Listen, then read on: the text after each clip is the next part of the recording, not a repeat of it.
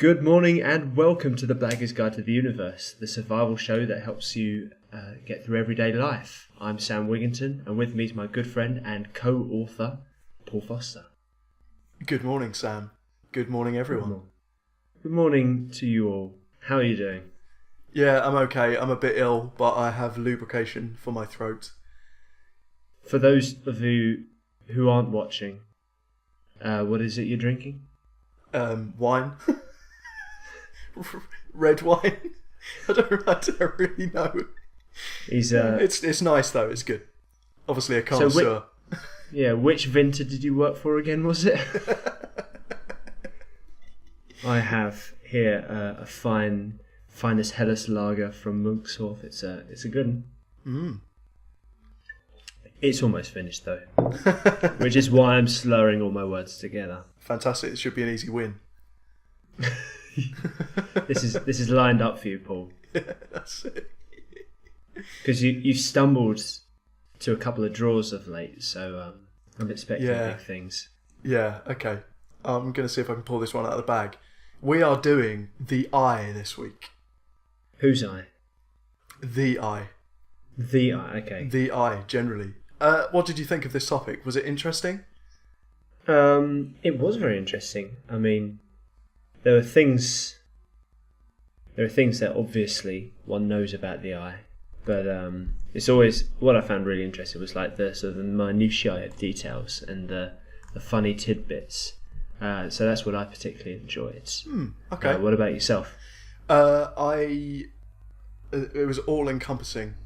This research. I did a bit about everything. I did use the word. Actually, in the interest of, we always do like a declaration of interest, don't we? Because the idea is that this show's about topics that we don't know anything about. I know a tiny bit about optics because I worked in an optician's, but I don't know that much about the eye. So I just put that out there, but I didn't focus so much on like glasses and things like that because that was the sort of stuff I knew. So I don't know if you did any of that. No, not really. I kind of kept it to. Now you mention it, yeah, I'd have shot myself in the foot had I gone down that route. So I'm glad I didn't. Okay, good stuff. Right, should we kick off then?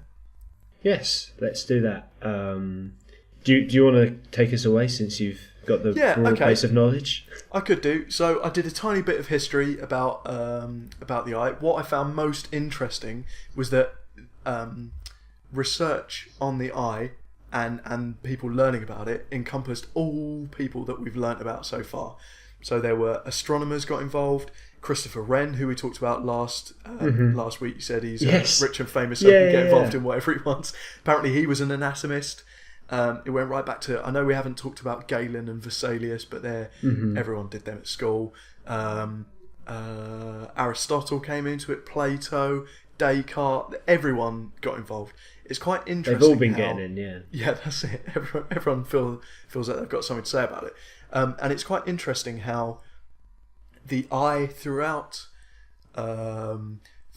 history has kind of been seen as this like divine thing, maybe a route to the human soul.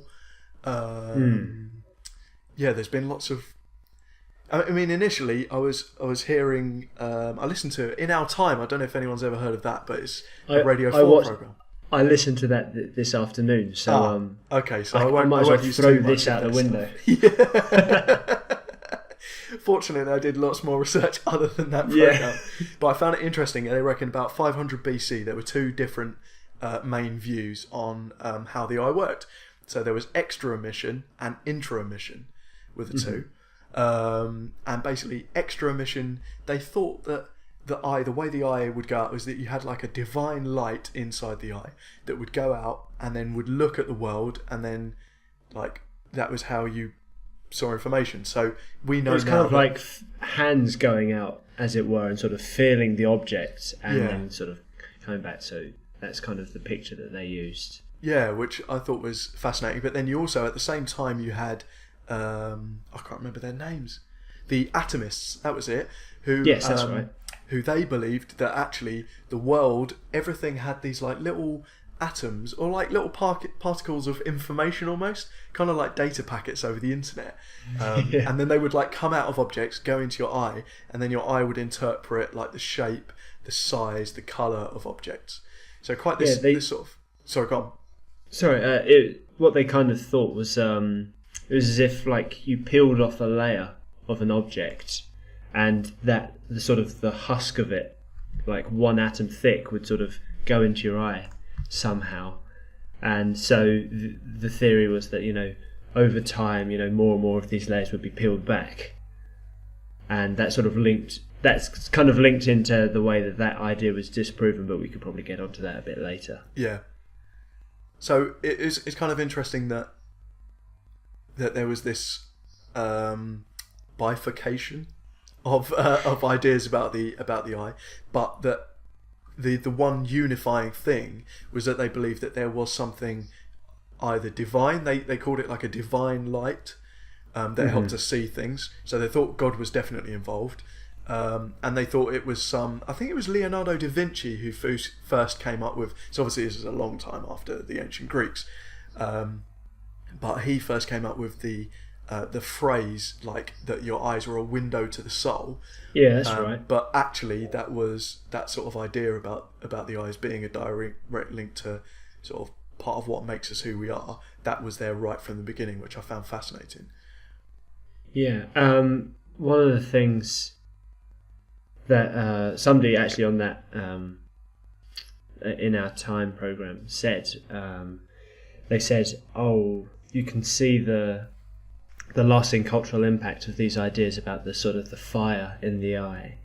When we talk about somebody's eyes burning with passion or something, or with a glint or glare in their eye. But actually I thought that was kind of at best approaches that idea from the wrong way round, because those sort of phrases that we use actually refer to, you can tell when somebody's got a glint in their eye because something just changes about the eye. So it's maybe the fact that people saw the eye sort of do that and they came to the fire conclusion that way, because why fire? No, it is interesting. I mean, one thing that kind of triggered in my mind was about red eye in pictures.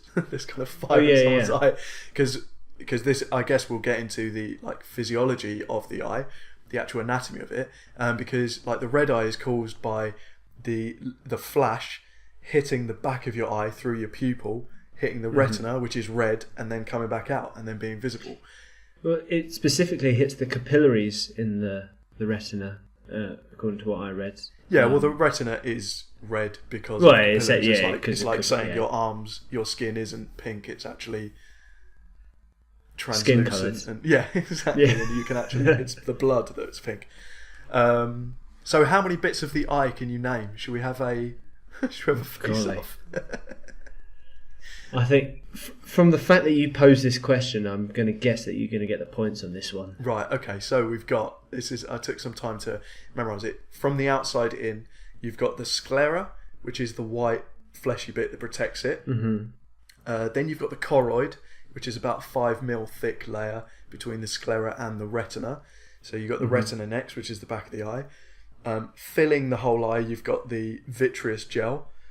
At the front, you've got obviously your lens, your crystalline lens, which focuses. We'll go into this in a bit. You've got the iris over the top of that opens and shuts to let in light, so you like dilates your pupils. They're controlled by the ciliary muscles, I think it was. Well remembered. Then you've got the cornea, which is the front bit that also focuses light into the right bit. So at the back of the eye, you've got jump in if you want to contribute. You're doing well, yeah. You've got a portion at the back of your retina, which is about the size of a 10p piece, apparently, which is where light is focused on to make an image. In the middle of it, you've got the macula, which is like a little dip at the back, which is full of photoreceptors, which we'll get onto in a bit. And then in the very centre of that is your fovea, which is where a load of them are massed together, and then that's where you get really clear vision when you're like reading or when you're looking at someone's face. That gives you like really crisp vision there.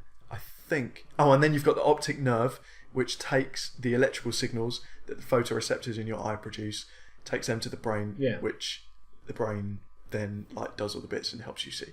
Yeah. Well, that's point worthy. If anything in this series has been point worthy, it's been that. So. Thanks. Congratulations! That was very impressive. No, I myself, when I sort of thought about going back to the beginning, I thought I'd literally go back to the beginning, right? And look at how the eye developed and evolved. Should we go into that a little bit? Yeah, I think as a preface to it, then it's interesting that up until very recently, the eye was deemed that was part of it, even with all the advances in anatomy, like during the Renaissance and like the Enlightenment and stuff like that. And when we actually started learning lots more in the last couple of 100 years, there was still this view right up until Darwin. Even Darwin struggled, thinking that the eye was kind of this like perfect organ, that there must be some sort of divine creation or something, like they didn't believe it could have. There's something mysterious about basically. it, yeah. Yeah, exactly. They just were like, it was so complete. If you took away any of the parts of it, it wouldn't work. So they just assumed that it was like this perfect organ, and it was quite interesting up until very recently. No, yeah, that's right. To think about the development of the human eye, something that's very sort of practical and helps you understand it is to look at what is the most simple eye about. And what it is a two-cell. Basically, to have an eye, it needs to do three things. It needs to sense light, it needs to shade, which is, for example, our iris, the coloured bit of our eye. It's that pigment which helps deal with sort of gradients and variations in light and movement of light. I didn't know that. I'll give you a point for that already. Oh, thank you. Didn't know the iris got involved. And the third one is, I thought it had absolutely no purpose at all. I thought it was just like just coloured for no reason. It controls the pupil, doesn't it? It controls apart from that, I mean. Yeah, but the actual colour of it, I didn't realise that had a purpose. And the third one is it has to relate to motor control in response to light. And so if you look at those three things, they're embodied in you have eyes that are made of two cells. For example, if you look at, it's called the marine ragworm embryo. It has two cells. One is a photoreceptor and one is a pigment cell. And they're connected by, I guess, a nerve to something called a cilia, which has like little, like sort of tendrils that sort of wiggle about when it senses light. And that is the simplest thing that they call an eye. And so the idea is that, it starts with something that just detects light, and then it changes to something that's more conical in shape, that focuses better, and then it goes to something that has muscles instead of cilia on the ends, and then neurons, something that mirrors, and then lenses, and then eventually you end up with the eye. And I came across some really interesting research done by Lund University, and what they did was they wanted to simulate how the eye has evolved over time. And so what they did is they started with a photoreceptive pad or dot or something. And then they basically thought of all the possible changes that would make vision better, or photoreceptiveness better. And they came up with 18,000 of them. No, sorry, 1,800. And they did each of them, these tiny little things like making it a bit more conical, making aperture, things like this. And they basically worked out that you could, after those 1,800 variations to get the perfect eye, as it were, as we now humans have it, you could you could do those changes in 350,000 generations of a species. Right. Which, if you, which would be about 100,000 years or a couple of 100,000 years. I don't know. It's interesting because what you're saying, I didn't read up on the research, but I did watch a YouTube video. It was quite old now. It must have been like 10, 15 years old, of Richard Dawkins, who normally I can't stand. Just he's smug, but he had a slightly higher pitched voice and it didn't sound so smug. But he did this thing and it was like a lecture for, it must have been for like university age like students, but they're all like dressed sort of old school, so it looked quite dated. Okay. But he quoted their research because they got a computer to do it, didn't they? Yeah. And make all these variations. And he said that he averaged it like one a year. He said effectively because he said a lot of because they were simpler organisms, they wouldn't have survived as long. So he was saying about 250,000 years, which in terms of like evolution is a blip. Yeah. And something that kind of put it into perspective was it's been about 500 million years since the first, well, according to our fossil records, the first fossil with eyes was 500 million years ago. And do you know what it was? Oh, it's probably a troglodyte or something. I'm not sure. Yeah, I think that's because it was one of those. Do they sometimes call them ammonites as well? Like the spiral shell.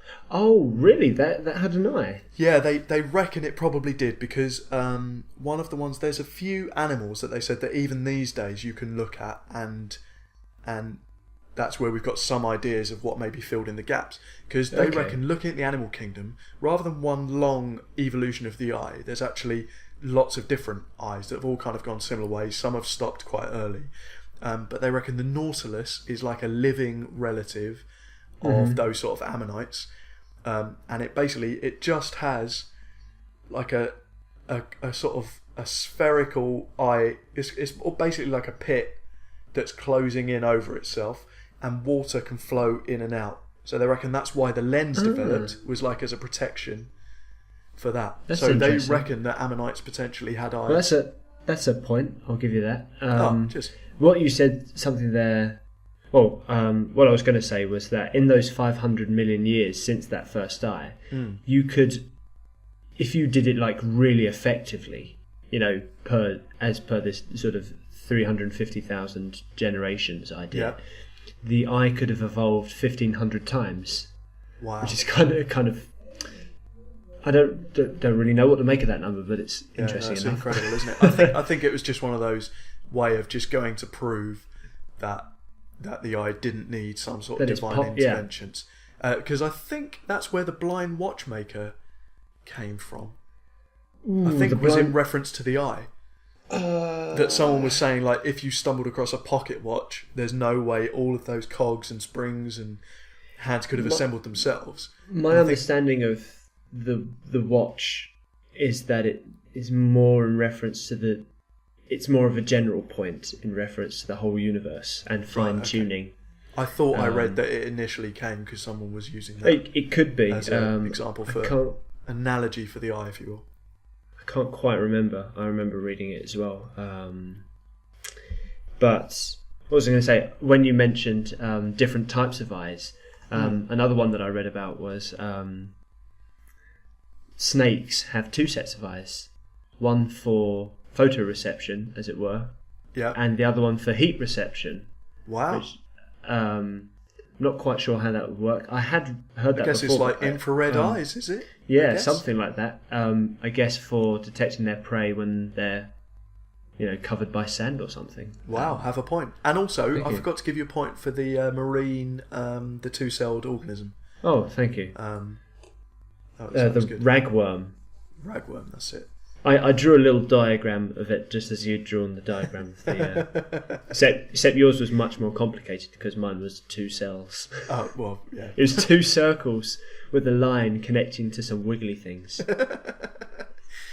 Interesting talking about the like the infrared eyes potentially with snakes, like the heat receptors. So the photoreceptors in the back of our eyes, we have two different types. We have cones and rods. They reckon there are about 120 million rods in our eye and 6 million cones. So rods are the ones that detect whether it's light or dark. So in the night, when you get up in the night, you can see shapes and obviously your pupil opens up to let more light in. And then the cones are basically, they're called cones because they're actually the shape of the cell is conical. And what it does is you get it's often said that we get colour because you get red detecting, blue detecting and green detecting, but actually it's about wavelengths. So I can't remember which way around it is. I think blue is slower light, isn't it? Because you get redshift in the universe, which is like the universe is actually expanding at a faster speed. Shifting away, yeah. Yeah, so it's actually like speeding up. So red must be short wave. Green is medium wave. Red is slower, as far as I can remember. I could be wrong, but that's... Okay, maybe.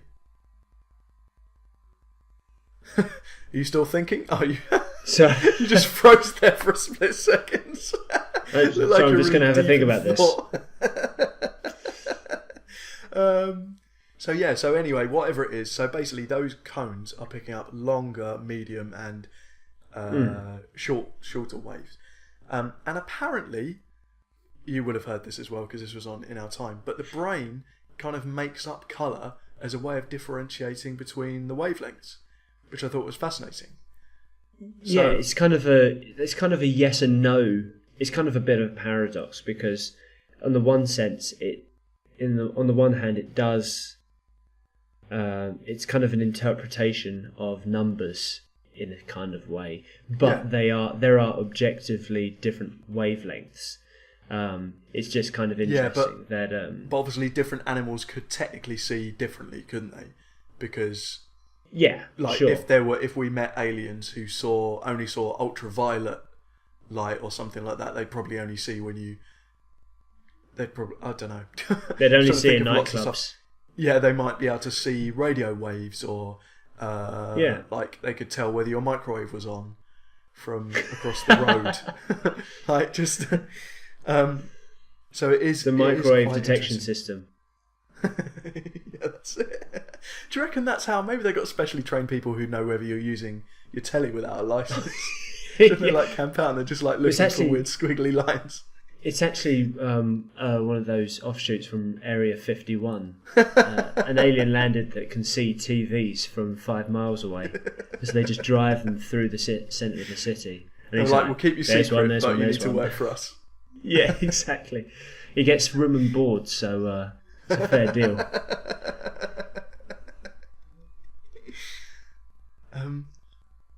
Yeah, I think that's all I have to say about rods and cones. I'll give you a point for some of the stuff you said there. It's always good to hear a couple of numbers thrown in. Yeah, I do like accurately. Although I was trying to think back to some of the numbers in earlier episodes, and I kind of can't remember them. So this obviously that's my short-term memory is quite good at remembering those. But you'll use them for a week. Yeah, that's it. I know it won't score me a point because you heard it, but it's worth sharing anyway about how Isaac Newton was trying to look into why is it that we see colour, and if anyone rubs their eyes for long enough, they'll see sort of just colours appearing. We're going to give it a go here. What colours are you getting? Oh, I'm getting purples. I'm getting purples and greeny yellows, teal. Ow. And then I started making a squelching noise, and now it really hurts. I think I did that a bit too hard in the name of suspense. I don't know what number you call in Germany instead of 999. That's just when you're turning down police assistance. 999! Nicely done. Thank you. I was trying to think of a joke along those lines myself. You might have seen it on my face. My housemate Ian always has he just knows when I'm trying to think of a joke because my face just changes. Well, I'd say subtly, but it's probably really obvious. It's like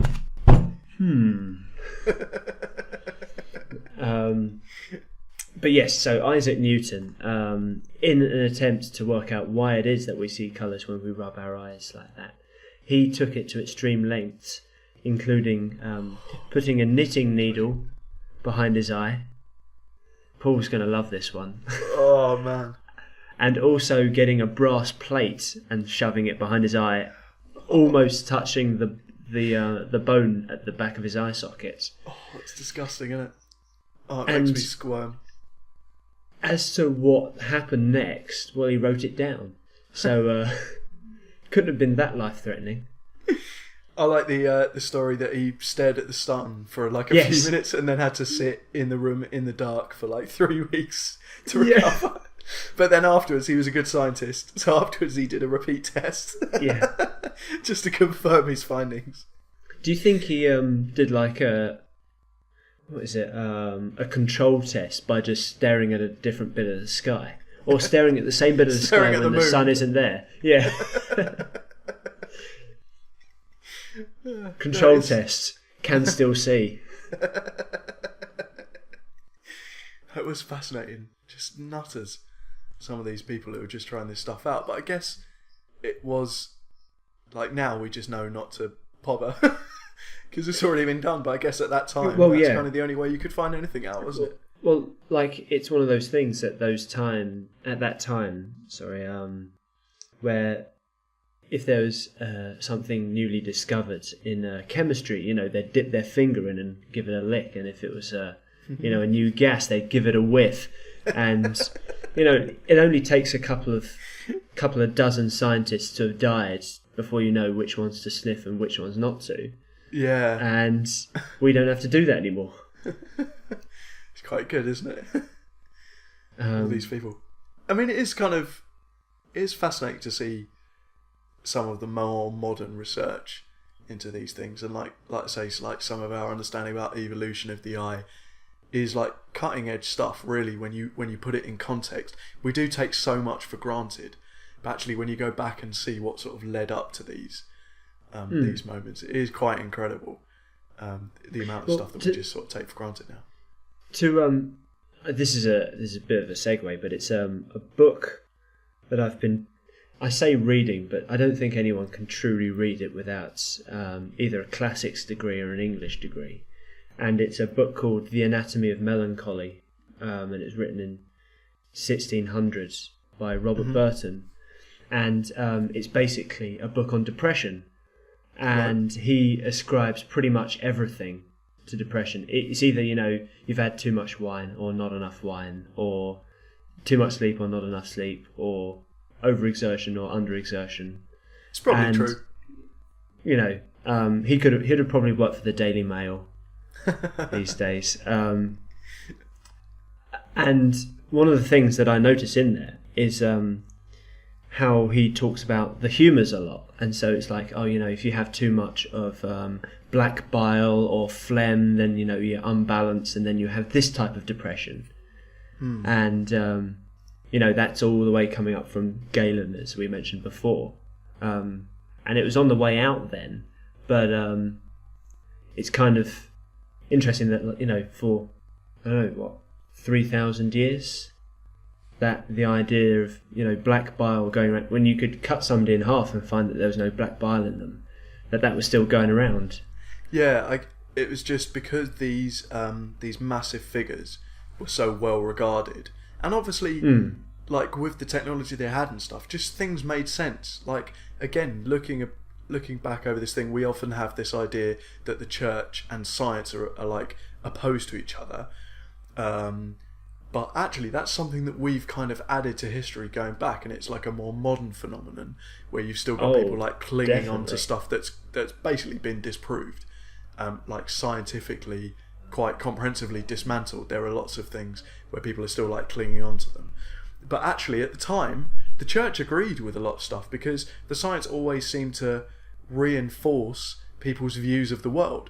Like I say, like the whole thing about the soul, it's interesting that initially people used to think that the soul was in the heart, but actually through research into the eye and through learning about that, they then realised they then thought the soul was like in the eye. They thought the soul was something to do with the lens originally.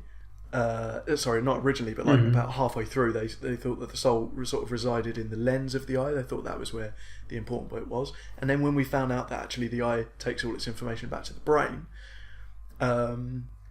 then they thought the soul lived in the brain. It is incredible, like how the science and the sort of religion reinforced each other. I thought was quite interesting. Well, somebody like, if you some of the biggest names in scientific history, from Bacon to Newton to Galileo to Pascal, all deeply religious. But that's a different point.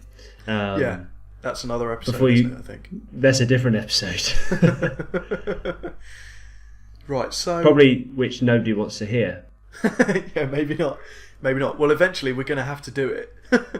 Whether you like it or not, comprehensively cover absolutely every topic ever. So we will get there soon. This is going to run for 15 series. Yeah, that's it. Right, we've got about 10 minutes left. I'm trying to think what else. I learned a bit about. There's not so much eye surgery, really. Because there wasn't really much they could do. The only one I read about was cataract operations, which even then they didn't quite understand.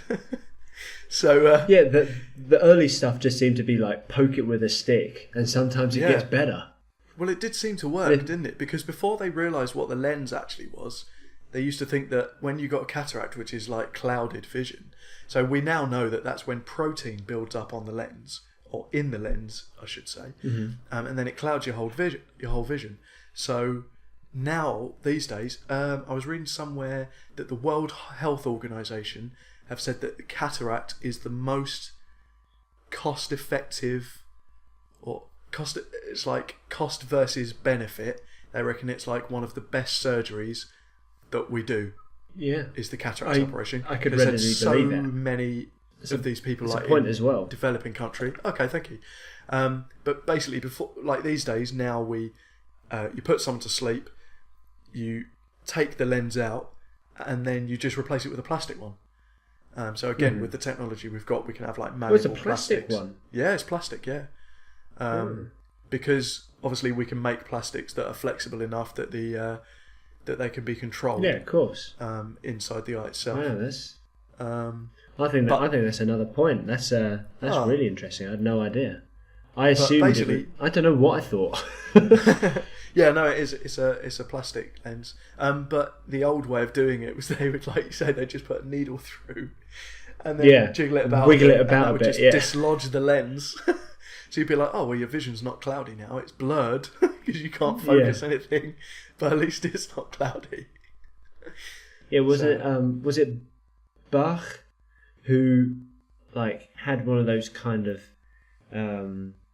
operations done, and it fixed his vision for a couple of days, but then he got it infected, and it made matters a lot worse. It made it blind. Yeah.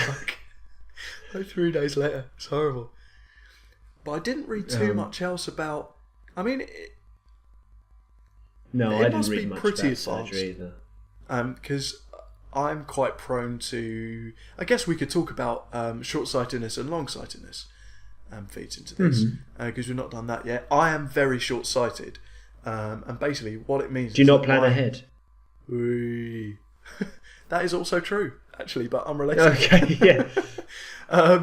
But basically, my eyeball is actually longer. So short-sightedness, or myopia as it's called, is basically that the light is focused by your cornea and your lens, and it's focused onto the back of your eye. But on short-sighted people, the light is focused before it hits the back of the eye.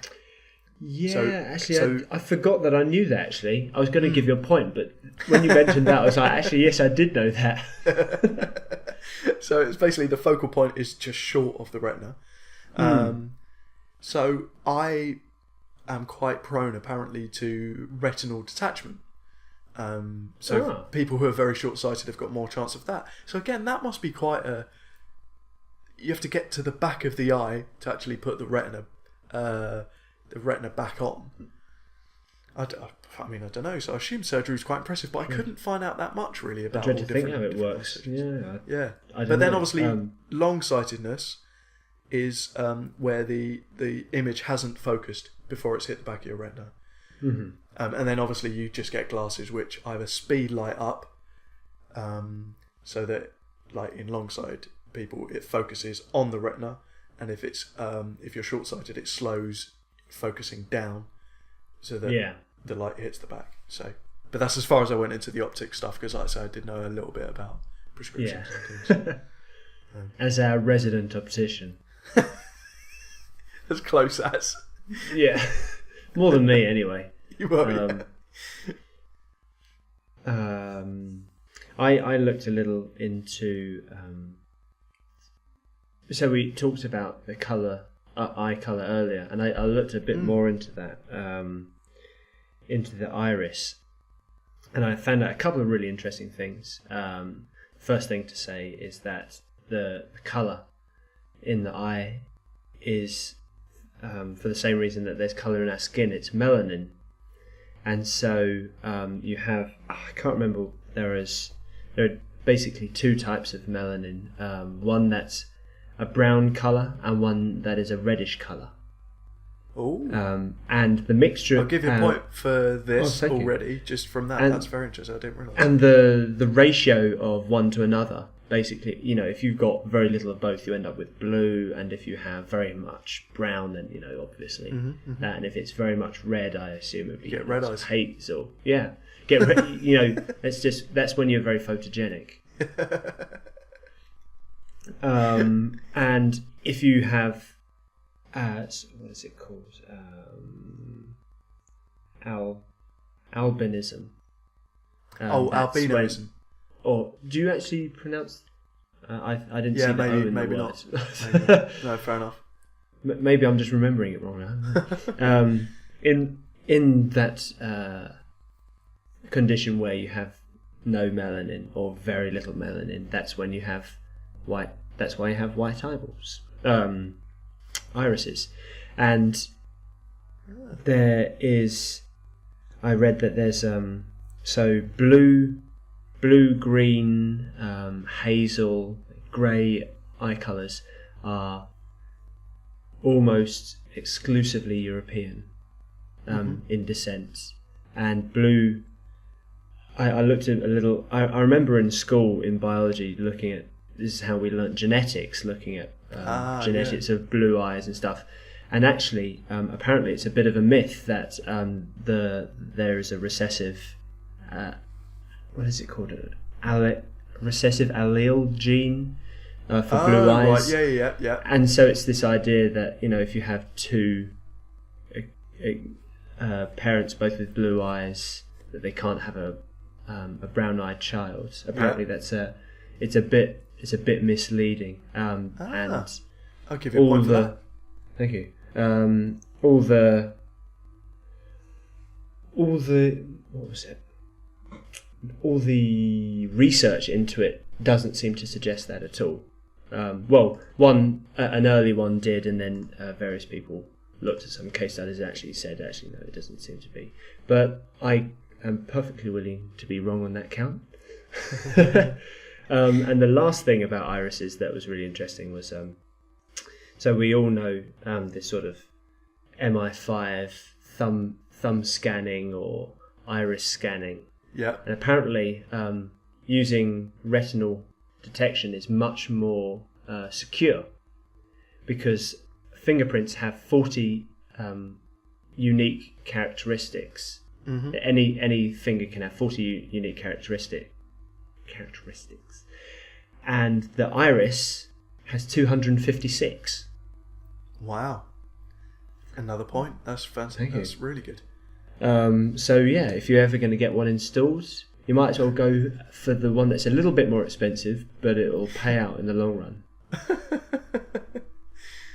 That's good. I think we should end on that. That was a great last fact. Anything I'm going to say is just going to be quite as good. Yeah. Oh, actually, I did have one more thing.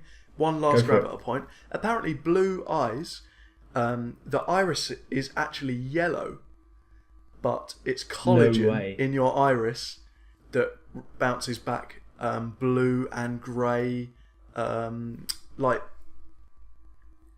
There you go. That's really interesting. And do you know what? You've clawed it back. It's 6-all. Oh wow! Well played. Another tie. Carl, we're Another tie. getting It's good. 2 weeks in a row. We're honing our technique. That's what it is. We're getting good at it. Yeah. We're becoming seasoned pros. Yeah.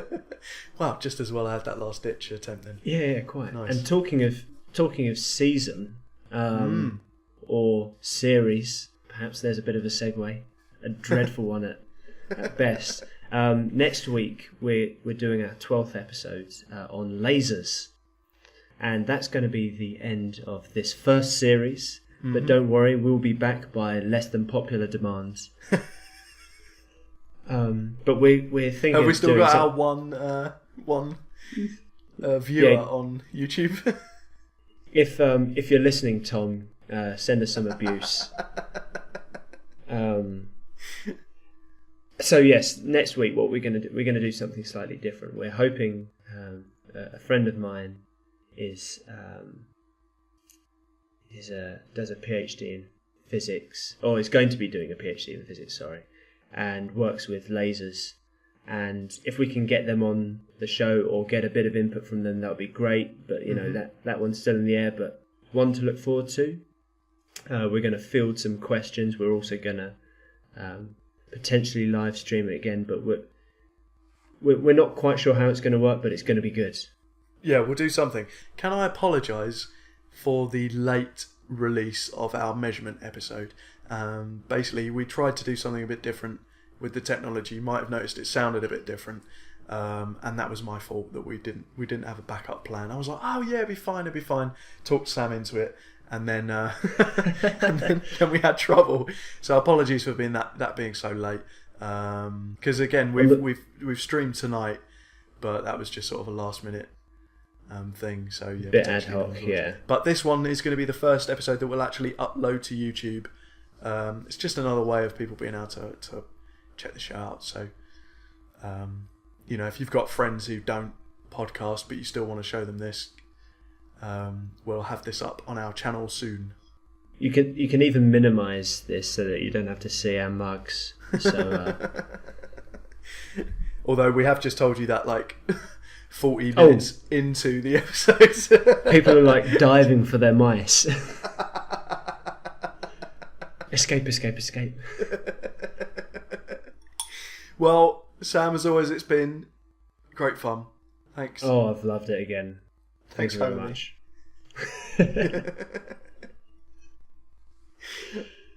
And everyone, yeah, hopefully we'll see you on the internet soon. That place. But either way, until next time, blag you later. Feels weird me doing the ending. I shouldn't really have. That's why. I'm sorry, I'm muscling in on your territory. No. I was waiting for you to do it because I don't know. Because I was like, I want him to do it this time. Oh, okay. But there you go. Blag you later, Sam. Blag you later, mate.